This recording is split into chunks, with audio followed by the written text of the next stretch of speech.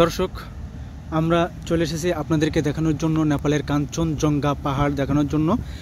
আসলে এটা হচ্ছে আপনার নেপালে অবস্থিত একটি পাহাড়, যা বাংলাদেশ থেকে দেখতে গেলে প্রায় 50,000 টাকা খরচ হয়।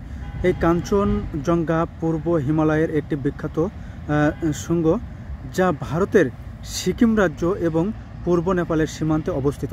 এটি হিমালয় পর্বতমালার একটি অংশ। এই পাহাড়টি হচ্ছে আপনার ভারতের সর্বোচ্চ ও পৃথিবীর তৃতীয় সর্বোচ্চ পর্বত শৃঙ্গ। এটি হচ্ছে ভারত এবং নেপালে অবস্থিত, বেশিরভাগ নেপালে অবস্থিত। এটি হচ্ছে ভারতে সবচাইতে বড় পাহাড় এবং নেপালের বড় পাহাড় এবং পৃথিবীর হচ্ছে তৃতীয় পাহাড়। আসলে আপনাদেরকে যদি এই পাহাড় সম্পর্কে আমি না বলি, আপনাদেরকে যদি এই পাহাড় সম্পর্কে না জানাই, আপনারা কিন্তু চরম মিস করবেন। এটা কিন্তু হিমালয় পর্বত। এটাই হিমালয় পর্বত, যে পাহাড় দেখার জন্য আমরা বাংলাদেশ থেকে ইন্ডিয়া, নেপাল যেয়ে থাকি, প্রায় 50,000 টাকা আমরা খরচ করে থাকি।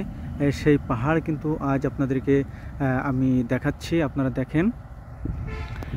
আসলে এই পাহাড়ের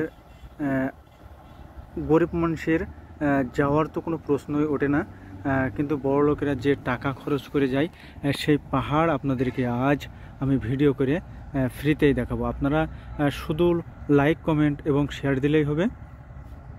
আপনাদের কাছে আর কোনো চাওয়া পাওয়া আমার নাই, কারণ এত কষ্ট করে যশোর থেকে এই পঞ্চগড়ে এসে আপনাদেরকে যে ভিডিওটা করে দিচ্ছি, এটা হচ্ছে সবচাইতে বড় বিষয়। আপনারা দেখেন যে আসলে এই পাহাড় দেখতে কত মানুষ কত জায়গা থেকে আসলে যায়। এই পাহাড়টি দেখতে 50,000 টাকা প্রায় খরচ হয়।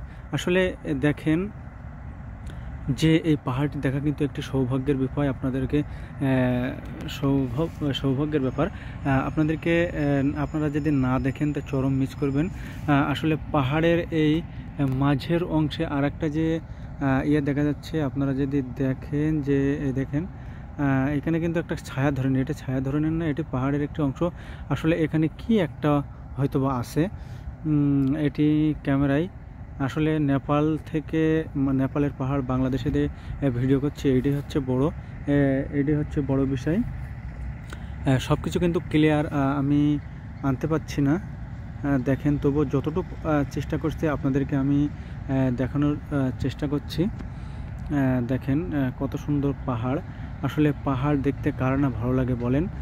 এত সুন্দর পাহাড় দেখতে সবারই ভালো লাগে। সেই নেপালের এবং ভারতের পাহাড় পৃথিবীর তৃতীয় পাহাড় এটা।